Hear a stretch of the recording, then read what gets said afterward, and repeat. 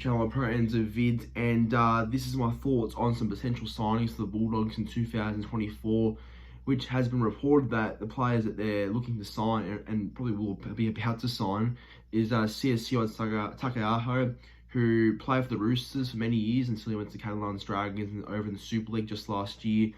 Blake Taaffe from the Rabbitohs, and also Jaeman Salmon from the Panthers. So I guess, as most of us would have seen in reports, that the Bulldogs were chasing these players, and they're pretty much very close to finalising contracts for all three. So I guess once it gets confirmed, we'll see an official announcement come up on the Bulldogs pages, I assume. So yeah, we'll see by then. But before I get to my full thoughts on each player and what they could offer for that Bulldogs side, please be sure to like this video and subscribe to the YouTube channel. Look, my goal is to get to 3,500 subscribers by hopefully the end of July. So if I can do that by then, and with your support and hopefully some new subscribers to the channel, that would be greatly appreciated. So yeah, please do subscribe to the channel if you haven't already. But look, obviously the Bulldogs have a lot of money in their cap.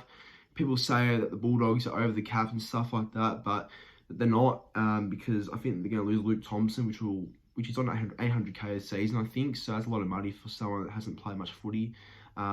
So yeah, they'll look to get rid of him, I'd say. I think Ryan Sutton's about to go as well after only 1 year at the Bulldogs. And RFM, Raymond Faitala-Mariner, I think he's also been told to look elsewhere, but I don't know. I think Gus has denied most of these claims, but what doesn't Gus deny these days? So I do think that RFM, the captain, will end up leaving, which is sad, because I honestly don't think he deserves it, because he's been the heart and soul of the club for a long time, and he's the longest serving Bulldog there, apart from Josh Reynolds, who retired obviously recently. But yeah, bit of a tough decision to make there. But whatever Gus has planned, I'm sure he'll know something. But I don't know. We'll see what happens. But I think losing RFM is a bit harsh, not only for him but for the club, because I think he's been a great competitor there for a long time. But yeah, look, the Bulldogs obviously are still revamping and building their squad around players, and still are looking to make changes to their team, which is fair enough, because, you know, the last time they played finals was in 2016, so it's been a fair few years since they've tasted the finals footy. So yeah, I think the players that they're looking to target will help.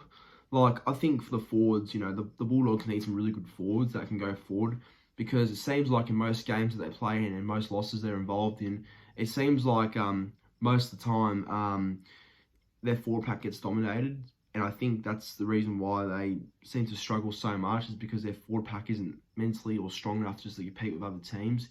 So I think signing guys like Siosiua Taukeiaho, I think that's a great pickup. And, you know, if Kikau can get fit next year and have a full pre-season under his belt, and Preston's another year in 2024, second year in the NRL, Reid Marnie should be a lot better with having more quality around him, hopefully. So I think Taukeiaho would be an awesome pickup. Like, you have Max King and Taukeiaho starting front rowers.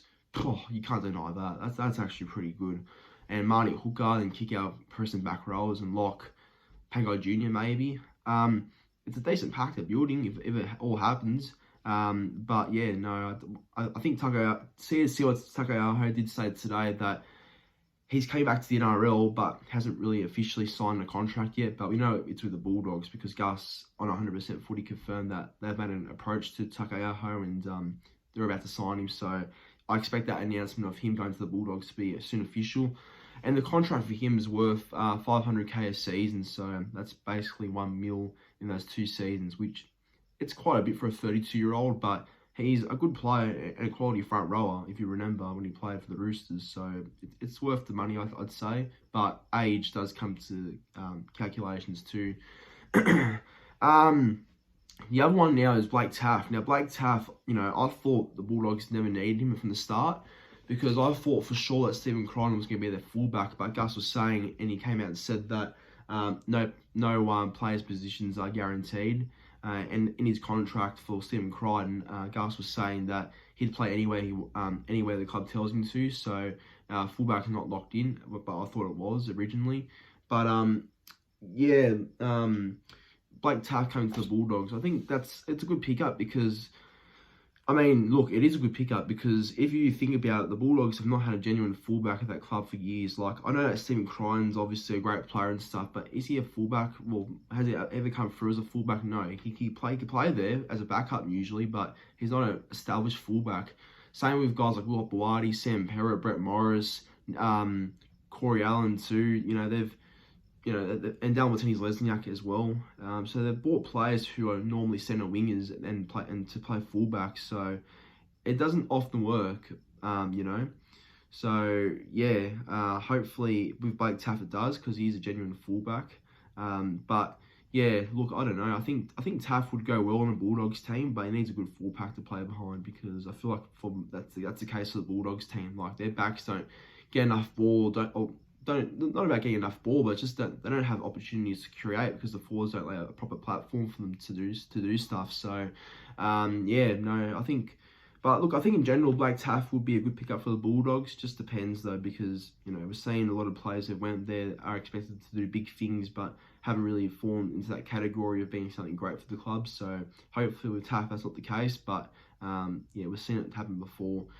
And the other one is Jaeman Salmon. So it's a very weird one because I don't even think the Dogs need him. I mean, Salmon's good. He's a decent player. He can cover back row, lock if you needed him to. He's actually a perfect utility to have. But the Bulldogs have got Bailey Beyond Yodo, Carl Rajab, Bailey Hayward's coming up there through the grades as well. So obviously someone's going to go because and New Brown too. Like, you got too many of those utility players there and, fullback halves and, utilities in general. So I don't know where Jaeman Salmon, would play. I mean, off the bench probably, I'd say, but he's not really needed, I don't think, honestly. And that's another Panther the Bulldogs have signed. But to be fair, I think everyone's over-exaggerating with the whole Panthers poaching and raiding thing because they've only signed about 4 players, I think, that like Kikiao, Crichton, Burden.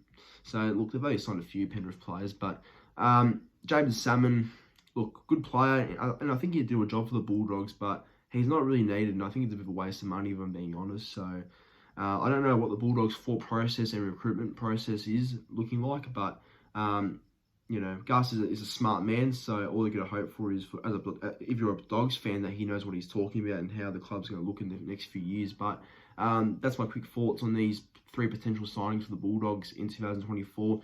Let me know in the comment section down below about what you think about these pickups for the Bulldogs. Do you like them or do you have a different opinion? Let me know in the comments down below. But thanks for watching.